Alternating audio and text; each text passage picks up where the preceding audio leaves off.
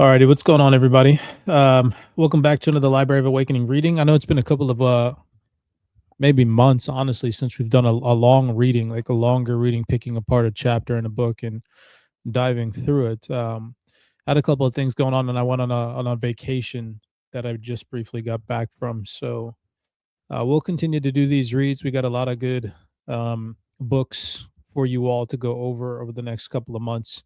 One that I just recently came across, I was reading through the intro, and this one sentence kind of sparked my interest. This book is called Gods, Sages, and Kings: Vedic Secrets of Ancient Civilization. And I came across this one in the CyberX Discord inside the Library of Awakening section. And I think this was under, let's go ahead and share screen. This was under I believe it was in the religious section.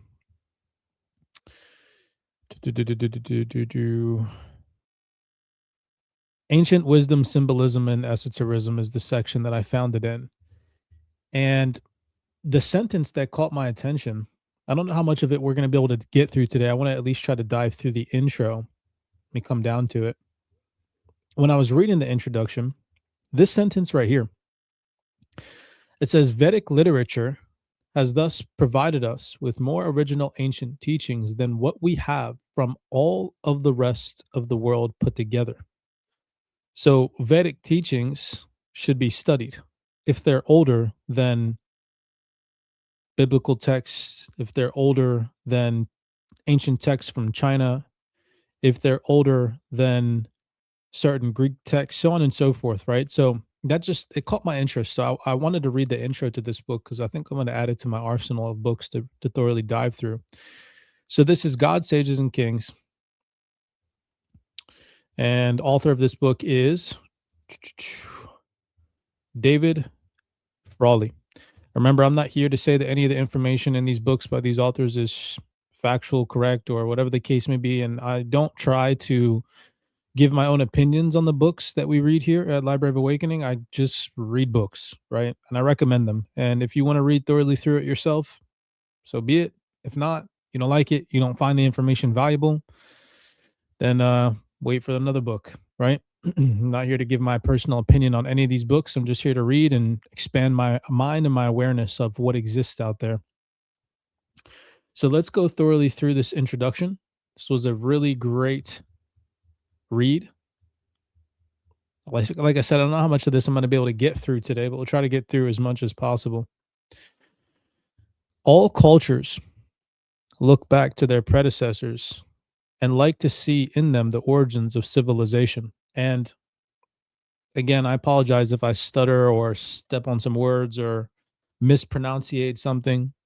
I'm only human. So give me a second to rekindle my thought process and adjust if something comes across as hard to pronounce, because sometimes these books and these geographical locations and ancient things that, you know, you'll see what I'm talking about. And at least I don't know if you guys read these types of books, but sometimes the names from other jurisdictions and pronunciations from other areas of the world get a little bit difficult when you have a basic English education. Like, all cultures look back to their predecessors and like to see in them origins of civilization. In the modern technological world, we look to the ancient Greeks as they first developed the scientific cultural model we follow today. We also look back to the ancient Middle East, to the region where to the region where Christianity was born, as it represents the religious side of our culture. As both Greece and the Middle East are not far removed from each other, we regard civilization to have developed first in the Middle East and then traveled and developed further in Greece and Europe.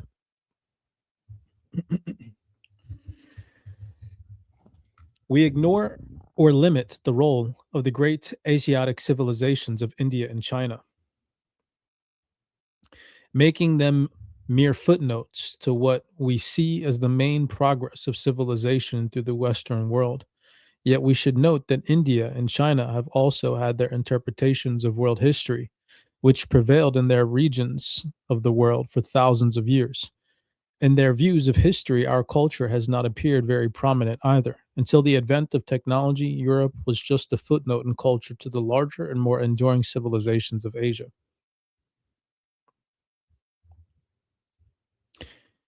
Each culture likes to rewrite history in its own image. Each age, as an ancient Hindu philosopher noted, has the arrogance to call itself modern and regard previous generations as out of date. Our era is no different in this respect. While we think we have gone beyond the bias of older interpretations of history, we may have only created a bias of another sort. Technology and science may not be the ultimate or enlightened things they seem for us today. They may still reflect a narrowness of vision. Certainly, they have had a more destructive effect upon our environment than anything human culture has done so far. After all, science and technology are still based upon manipulating the outer world on the crude level of machines. They are not based on the mastery of the inner world of the mind. Damn. Oh my God, this thing is fire, y'all. What the fuck? This book is lit. Oh shit. Oh, that whole sentence right there was fire. It's like straight up. These are the types of books where like if more people just read them and it clicked, wow, what a transformation our civilization would have. We definitely highlighting that one. They do not necessarily reflect a love of nature or of God. Perhaps the greatest achievements of humanity, those of philosophy, art, and religion, are not surprisingly accomplishments of non technological ages. In fact, most of our world religions, our most profound connections with the transcendent, are the products of ancient times long before the advent of science.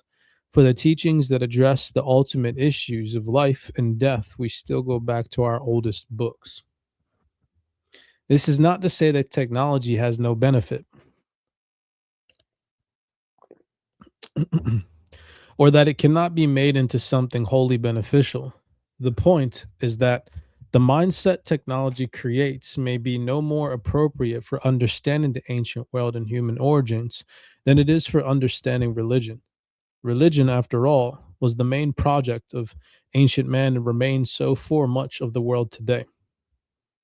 Our interpretation of history may be no more real or objective than those of other ages and cultures.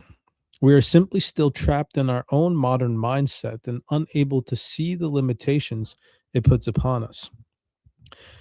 As the modern idea of history is the most removed of all interpretations from any spiritual view, it may be the most untrue of all of them. While we have a better idea of the outer world, the quantitative factors of life, we have a more deficient perception of the inner world, the domain of our soul. Yeah, dude, this dude was on to something here. So many people want to look out instead of looking within. In this respect, ancient scriptures and myths may be closer to the truth as they give emphasis to the inner rather than the outer realities, which is why the latter were not so well portrayed by them. Changing our view of history is not just an academic issue. Our view of history determines the field in which we think and act, how we view ourselves both individually and collectively.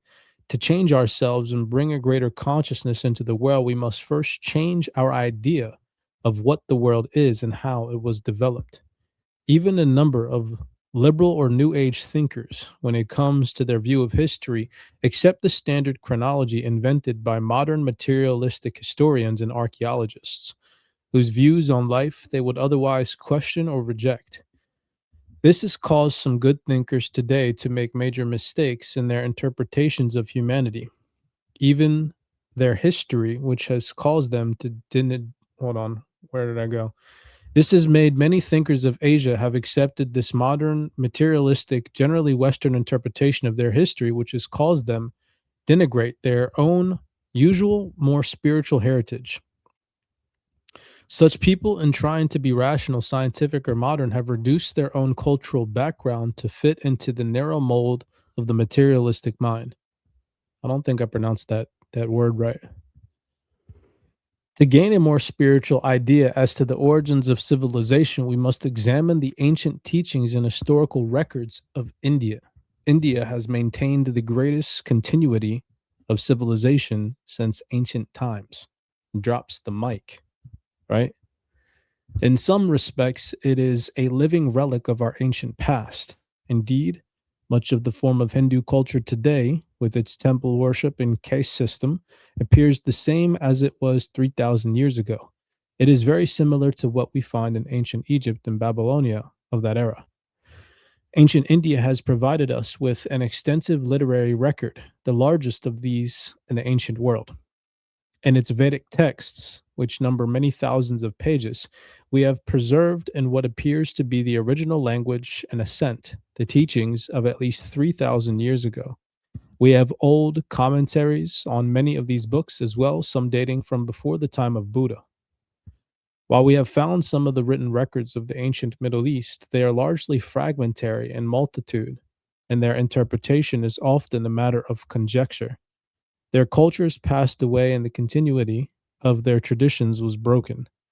The oldest literary sources we have from the ancient Greek world are the works of Homer, 700 BC. From the Middle East, the oldest extant books are those of the Hebrew Bible. While the parts of the Old Testament are much older as a whole, much of it was redone after 500 BC and endured the vicissitudes of Egyptian and Assyrian conquests and the Babylonian captivity.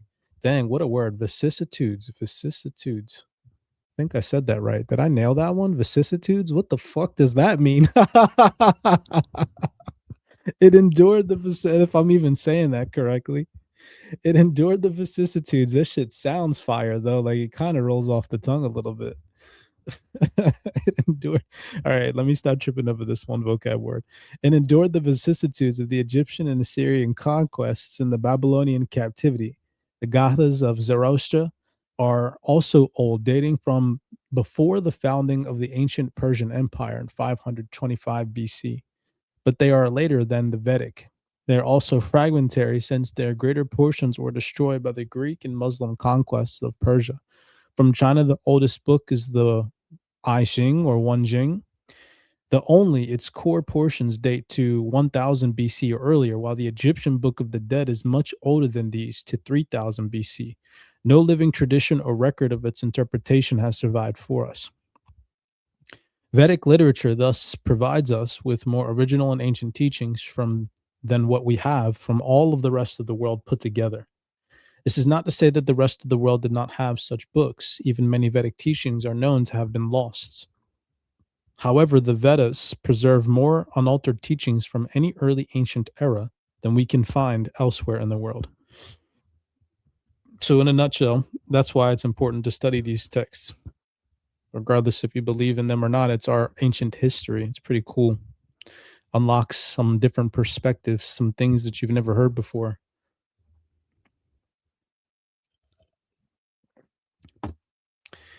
Even by the most conservative estimates, the four Vedas date from 1500 to 1000 BC and have remained virtually unchanged since. The extensive Brahmas and early Upanishads preceded the time of the Buddha, probably butchering those names, by the way. Such preservation is particularly remarkable in a tropical country like India, where written records decay quickly. India also endured many conquests, some like the long Muslim attacks, extremely violent and destructive, but it was able to maintain its ancient records. Even today, Brahmins recite the Vedas much as they did some 3,000 years ago or more. This shows a singular dedication to the teaching and tradition, which should at least be worthy of notice. The ancient world did not entirely die. It has remained in India and is still accessible through it. Vedic literature has been examined and translated in modern times, largely in the late 19th and early 20th centuries, by which Western Vedic scholars as Mueller, Keith, Griffith, Wilson, and Burjan, while they did much to bring attention to the Vedas and their views are often interesting, deeper meaning, hold on, and views were also interesting, we do not find that they really understood these ancient texts. They had little sensitivity for their deeper meaning and were often content with the casual and superficial rendering of them as primitive.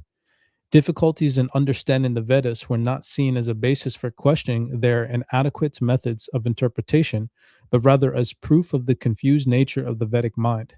If these scholars could not make sense of something in the Vedas, they usually blamed the Vedic seers for being unintelligible, not themselves for missing something of the right of way approach to such mystic teachings. They dissected the Vedas according to a materialistic and intellectual mind, not by a mind sensitive to the spiritual life or to symbolic language. Hence, we can still say that the real meaning of the Vedas is yet unknown to us. Such translators and interpreters mainly served to categorize Vedic grammar, but they did not have the background to understand the spiritual secrets of the Vedas. Am I even saying Vedas, Vedas?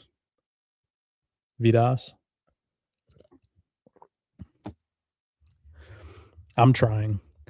The Vedas are filled with mantras, symbols, and cryptic statements and codes. I love that shit. They do not reveal themselves readily to those who do not look deeply. Oh, I'm highlighting that. I don't know why, but that hit. They do not reveal themselves to those who do not look deeply. It is not enough to have the records of the ancient if we do not know how to read them, nor is it enough to translate them into our own language if we do not understand the background and orientation of the language in which they were composed. Interpretations unaware of these points only create confusion, just as an confused lens only serves to give us a blurred image of an object.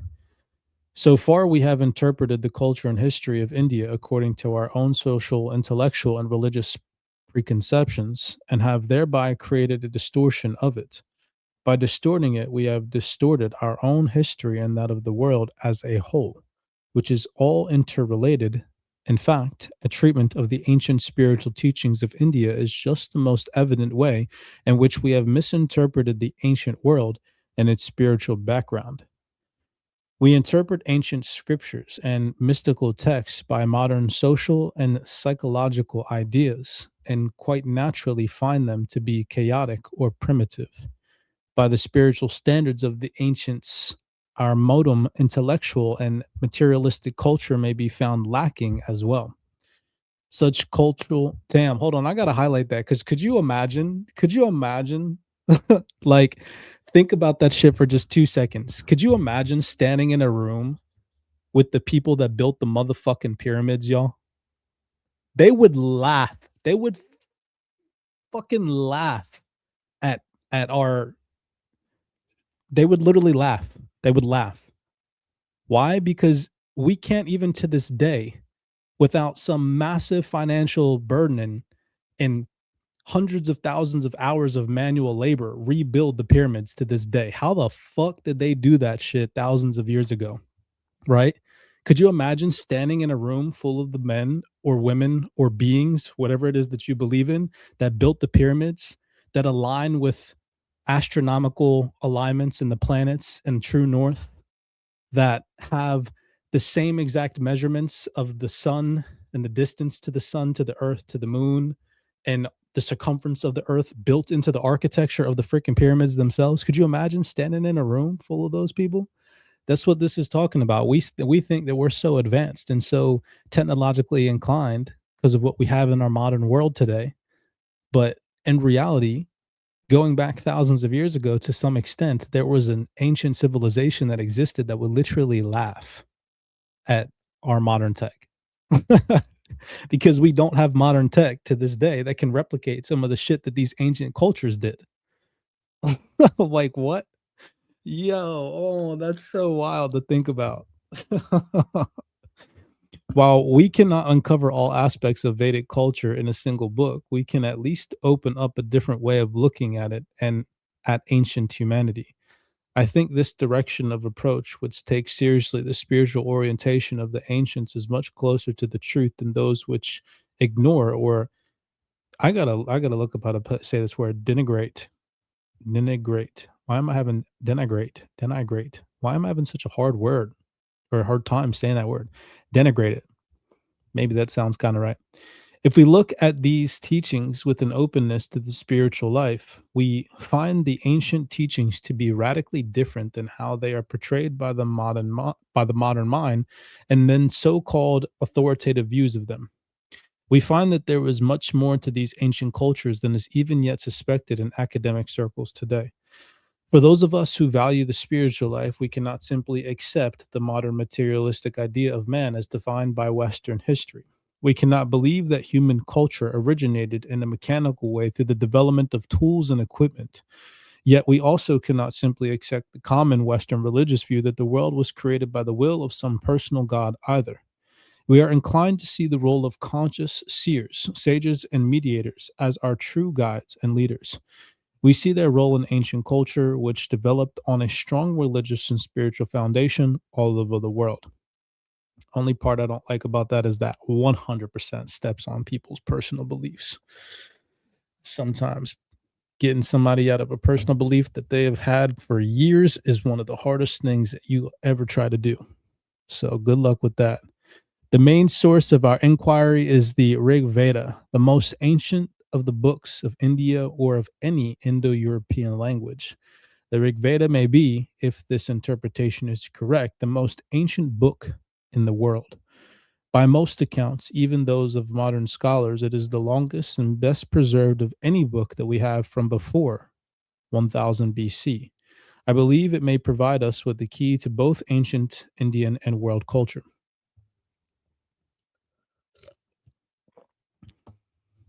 The Rig Veda, as a spiritual book, may not be understood from a non spiritual perspective, any more than a book on science can be understood by one who is not the scientist.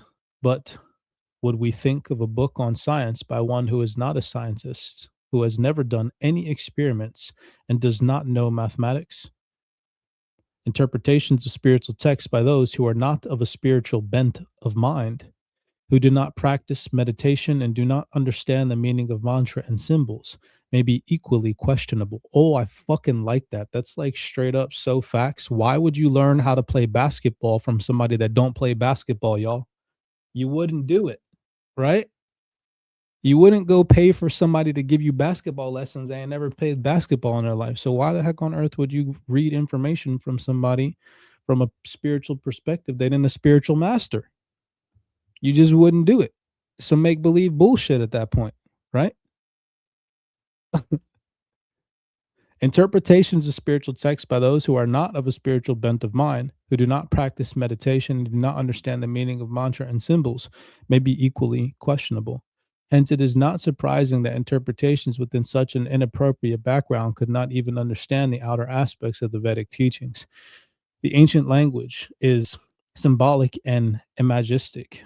This does not preclude philosophical ideas or even a great knowledge of the world, but it clothes such knowledge in symbols that a more literal mind may take only the most evident level. Yet in this book, we will often hold to a more literal meaning of Vedic terms than do many modern interpretations. For example, the view in this book that the Vedic is a maritime culture is based upon the many references and symbolisms of the ocean and ships in the hymns. I cannot ignore or scale down these references because it is hard to place the civilization of the Rig Veda in proximity to the ocean and still preserve our modern ideas about ancient history. We should not interpret any ancient text according to our perce- preconceptions, of where and by whom it should have been written. We must first of all try to hear its own voice. Reference to seas and oceans and a vision of the universe as a series of oceans cannot be explained away by supposing that some big river was imagined to be the ocean by the primitive mind. This is not a rational interpretation of what is said, but an irrational reduction of it according to the imposition of outside ideas and preconceptions. Yet this has been part of the general and accepted of Vedic scholarship.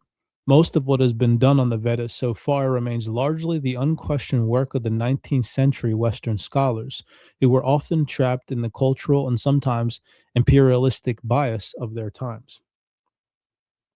In addition, this approach brings to bear the knowledge of the other religious and spiritual traditions and the views of the ancient peoples themselves. When all ancient civilizations refer to themselves as Sumerians, refer to themselves, even in their earliest period, as cultures, and look to Many certain sorry, I skipped a line. Let me reread that. In addition, this approach brings to bear the knowledge of other religious and spiritual traditions and the views of the ancient peoples themselves. When all ancient civilizations refer to themselves as having been preceded by many others, we cannot pretend they were the first. While the Egyptians and Sumerians referred to themselves, even in their earliest period, as old cultures, and looked to many civilizations before and around them. It is ludicrous for us to say that they invented civilization. Certainly, whatever culture invented civilization would have known it. It would not have regarded itself as simply one in a long line of such cultures. Yet such views are now taken for granted by our own historians and archaeologists. We observe a certain homo hold on, that's a big one. Homogeneity. We observe a certain homogeneity in ancient culture throughout the world. The solar religions, which once dominated the ancient world from Mexico and Peru to Egypt, Europe, India, China, must have been related. They are they are priestly and warrior cultures, and temple worships reflect a certain in modern times. Hold on, let me expand this text. There's no reason why I should be stumbling on my words like this, guys. I need to do better. For you, I will do better. If you can't see, observe the text. Larger, bro. Come on.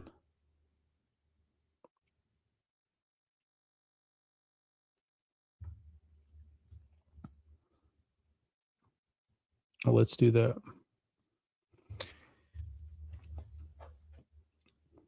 We observe a certain homogeneity in ancient culture through the world. The solar religions, which once dominated the ancient world from Mexico and Peru to Egypt, Europe, India, and China, must have been related. Their priestly and warrior cultures and temple worship reflect a certain commonality of culture. We cannot isolate humanity into local cultures in ancient times any more than in modern times. Contact between cultures may have been more difficult, but as human beings, we always find a way to learn about our neighbors. Evidences of diffusion in art and literature abound. Hence, it is not surprising to find that some of the people mentioned in the Rig Veda may include the Assyrians, Egyptians, Phoenicians, Persians, and perhaps even American Indians. We have narrowed down our picture of the ancient world to fit into our ideas of human history. Ancient cultures relate their origins to various sages, usually seven seers, who are often identified with the stars of the Big Dipper or the prelates. We ignore such ideas and explain human civilization as developing through various practical inventions like pottery, writing, or the wheel. I don't know why there's a space in between pot and pottery, writing, or the wheel. This is not based on an understanding of an ancient world, nor is it the view of the ancients themselves. It is what is convenient to our own particular mindset and our technological and materialistic values. It is important that we examine what the ancients themselves say and how the statements of different ancient cultures fit together, not how it would appear to us today as if our values pertain to all of human history. In interpreting history, we have made our type of culture the pinnacle of human civilization, as if it represented its most important trend. Yet the kind of culture we have does not appear to be typical of human culture, even through the historical period we know of. Human culture has always been of primarily religious orientation, except for modern times. And even today, the place of religion is strong over much of the world. Our culture actually appears to be more of a temporary sidetrack from the general religious trend of human civilization as a whole. It would not be made to serve as the measurement for all of it. What it means to be a human being, or what human civilization means, must be examined in its total context, all of history, not just that of modern man. This is not to say that these religious cultures did not have many corruptions, some of which modern culture has corrected, yet there was also much that was very good in them which we have lost, particularly if we go back to their original teachings before their decline through time. How much more of this intro do we have? How long are we at? 30 minutes right now. Let's see. Only a couple of pages. Let's see if we can get some more done. Maybe 10 more minutes. See if we can get through it.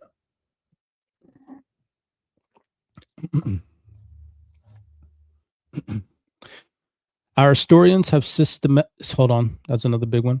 Our historians have systematically rejected the testimony of the ancients as unreliable and have branded most of their statements about the origins of human civilization as mythological or superstitious. That's because they don't want y'all fucking floating around with your minds and levitating fucking bricks out of thin air because you're solely in tapped and fine tuned with your spiritual side of things. That's why they block that shit out because they know what we're capable of. Obviously, of course, because our freaking pineal glands calcified because of all the shit and poison that they put into our food system and our water system. Nowadays, we can't tap into that, have been able to for hundreds of years. But I'll tell you what, when you travel around the world and you understand that there's people out there that can really levitate, you start to believe shit.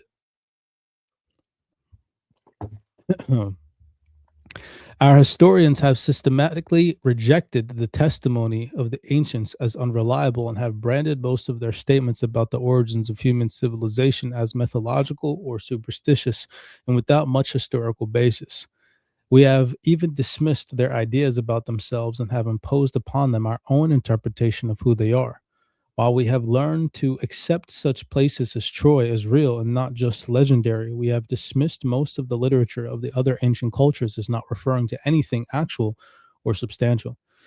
The great Indian epic, the Mahabharata, for example, refers to a civil war involving all of North India that occurred some time before that of the Buddha. Kings from throughout the whole country of the time are mentioned as having been involved in the battle. Thus, we have turned into a local skirmish among petty princes in the northwest corner of India, which was later exaggerated by poets. We assume exaggeration, if not deception, on the part of the ancients rather than giving them credit for what they actually say when it goes against what we believe possible for them. We have dug up ancient ruins and have used scientific methods to date them, but have interpreted them according to the preconceptions of our own culture. Ruins may be interpreted in many ways, including some of including some quite different than what our textbooks say today. The interpretation we have given these ruins may tell more about us than about them. We cannot assume that the ruins we have found are complete. Much of the potential ground of civilization has not been excavated. Much of it cannot be excavated, nor can all of it ever be found. Nor do cultures always leave ruins. They must build in stone, and suddenly, or be left in a suitable climate to do so. Nor do ruins speak. We give them a voice. We often have trouble understanding modern India or modern China. How can we expect to understand haphazard ruins of ancient India or China? The fact that we have found the main remains of civilization in the Middle East may not reflect the truth of history. It may just reflect the regions of proximity, excuse me. It may just reflect the remains of a civilization in the Middle East, and it may reflect the region's proximity to our own cultural matrix and the desert climate of the region suitable to preserve ruins. It may be an accident, not a real uncovering of the origins of human culture. The question of the history of India is particularly difficult because it is a culture with which we have not had a direct link. Unlike those of the ancient Middle East and our history of the world, we reduce India and China, where the largest number of human beings have always lived and where civilization have retained the greatest continuity, to be of the only minor interest. A typical study of world history today focuses on modern Europe history and cast about aside a glance on all ancient Eastern cultures as if they were not of real significance. We have ignored ancient historical dates and records, including calendars going back to 3000 BC or earlier, as baseless mythology or as mere invention of later times. If the ancients were as primitive and circumscribed in their understanding of the world as we claim, why is their sense of history longer than ours? It is not only the Babylonians and Greeks who developed astronomy and astrology, so did the Hindus, Chinese, and Mayans. Yet we ignore the information yielded by Hindu astronomy because it reflects an earlier period of history than we can conveniently ascribe to it. The question of the Rig Veda is even more difficult because many ideas about it have become accepted as fact, even when they are highly speculative and not proven by the actual text. The modern idea is that the Vedic people were a racial type Aryans. They are said to have invaded India in the second millennium BC as primitive nomads from Central Asia. The Rig Veda is said to have been composed in the Punjab region of northwest India as the first step of this invasion. These are ideas used to interpret the text. They are not found within it. In fact, they require altering the meaning of words and changing the orientation of the text to make them credible. However, no one seems to really read the Veda these days, the Rig Veda these days, in the original Sanskrit text. We read it through the interpretations, and naturally it proves the interpretations. If we find astronomical references to early eras before 2000 BC in the Vedas, we cannot say that these are too early for them to be real. This is not scholarship, it is prejudice, which literally means prejudgment. The Rig Veda, as its language and culture has great affinities with those of ancient Europe, is more threatening to our modern ideas of man. The more credible or more credibility we give it, the more credibility we give to a possible Indian origin to our own European culture, which many of us may not particularly like to be true. The Rig Veda may cause us to reassess our own ancient heritage, and we may find that there is a spiritual side to our own pre Christian culture that may be of great value to us even today. Hopefully, recent excavations in India, particularly in the Dwarka, a newly discovered ancient Indian city that is perhaps the city of Krishna long ago submerged into the sea, will serve to dispel many of these notions. They suggest that the Vedic people, called Aryans, though not to be confused with the modern European usage of this term, were already in India by 1500 BC and built magnificent stone port cities at the furthest point of Gujarat, probably butchering that. This would show that massive ancient Indus stone. Hold on, let me reread that. This would show that the massive ancient Indus Valley civilization that preceded such sites and has already been well excavated in India and Pakistan was also Vedic, and that the entry of the Vedic people into India would have to come before the beginning of the civilization, before 3000 BC. My view here is that it was even earlier than this. However, it is not the purpose here to explore accounts of recent excavations. This is the work of archaeologists. This book is meant to give a different and more accurate literary interpretation of the Rig Veda that should substantiate such fords and take them back further.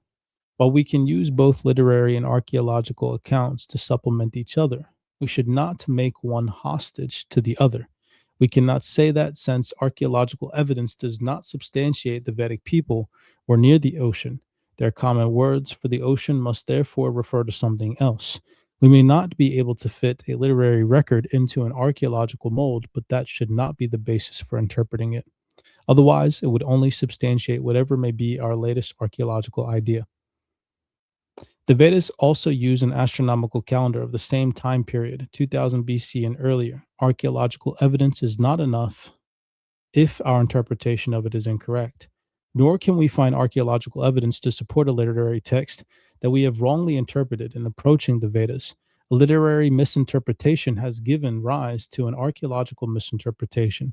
While more excavations may uncover this error, it is also evident if we examine the literary record with more sensitivity.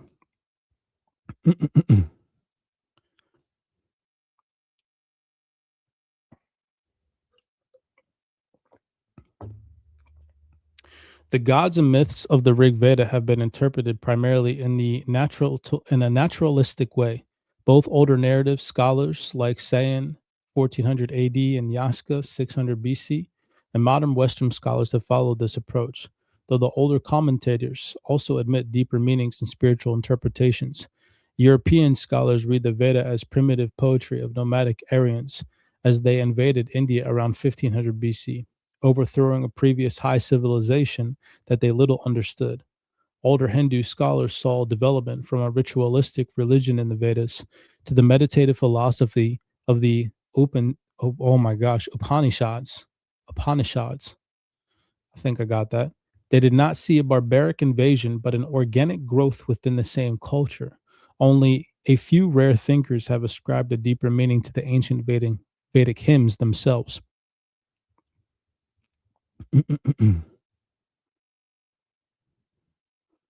See if we got anything else in here. feel like it's starting to get repetitive. He's trying to convince us pretty much to read the Vedic text in a nutshell of what I'm getting from this. And he's proven some very valid points in his introduction. I really enjoyed this intro so far, and I'm probably going to add this book to my arsenal. Let me go in. I want to see if the table of contents is in this thing. Let's go up. Oh, yeah. Let's check this out. If you guys are enjoying this, by the way, so far, I totally forgot I was recording this shit on YouTube. I'll do us that favor, smash that thumbs up button, subscribe to the platform. I had completely redone my setup since I got back from the little vacation. And so I'm still trying to figure out where all my screens and tabs are at when I'm in record mode and whatnot. So if you guys are over on YouTube, do us that favor, smash that thumbs up button, subscribe. If you guys are over on TikTok, we do appreciate the love and the support. We just reached 14,000 subscribers on the Library of Awakening CyberX TikTok. So blessings to you all. We do appreciate that. And then over on X, if you guys are on X watching this, as always, tap into our other social media platforms. We're not as active on the Library of Awakening X. If you guys are on Instagram, on the live, we appreciate you all for tapping in. We appreciate you guys over on Instagram. We're probably going to hit 10,000 before the end of this year, which is great to see. Everybody's loving the book recommendations. The energy is so great. And not only inside CyberX and the private community, but also the people that follow us here at CyberX, just always putting out real good information and just expanding people's minds, regardless if it's to benefit you financially, physically, or mentally, just always giving good, valuable information and not this brainless, zombified content that's out there on the internet nowadays. All right. Last thing, let's look at this table of contents. The image of the ocean, maritime nature, the Vedic culture, creation from the cosmic sea. That sounds cool. The homeland of the Vedic civilization, the image of rivers, Saraswata River, the place of origins, the land of the seven rivers, the greater Vedic island, the Vedic nobility, the story of the Sudras and the battle of the 10 kings, the Brahmas, ritual of the Vedic kings. Yeah, this one looks pretty cool. I'm probably going to dive into this one. I don't know how deep, but I like this. Stellar mythology and the image of time, past of the gods. What I'll probably do is I'll pick subsections and just randomly flip to them whenever I have time and then just thoroughly read. That's how I try to get through as many books as possible. I'll read like 10 books at the same time. Pop open a random chapter, pick a subchapter, read 3 pages for the day. Anyways, that's all that I have in terms of time for today. Ladies and gentlemen, appreciate the love and the support. As always, blessings to you guys and gals. If you enjoyed this read, comment in the description down below. Say what you like about it. Say what you don't. Are you going to read it? Are you not? With that being said, I'll see you guys in the next Library of Awakening video breakdown.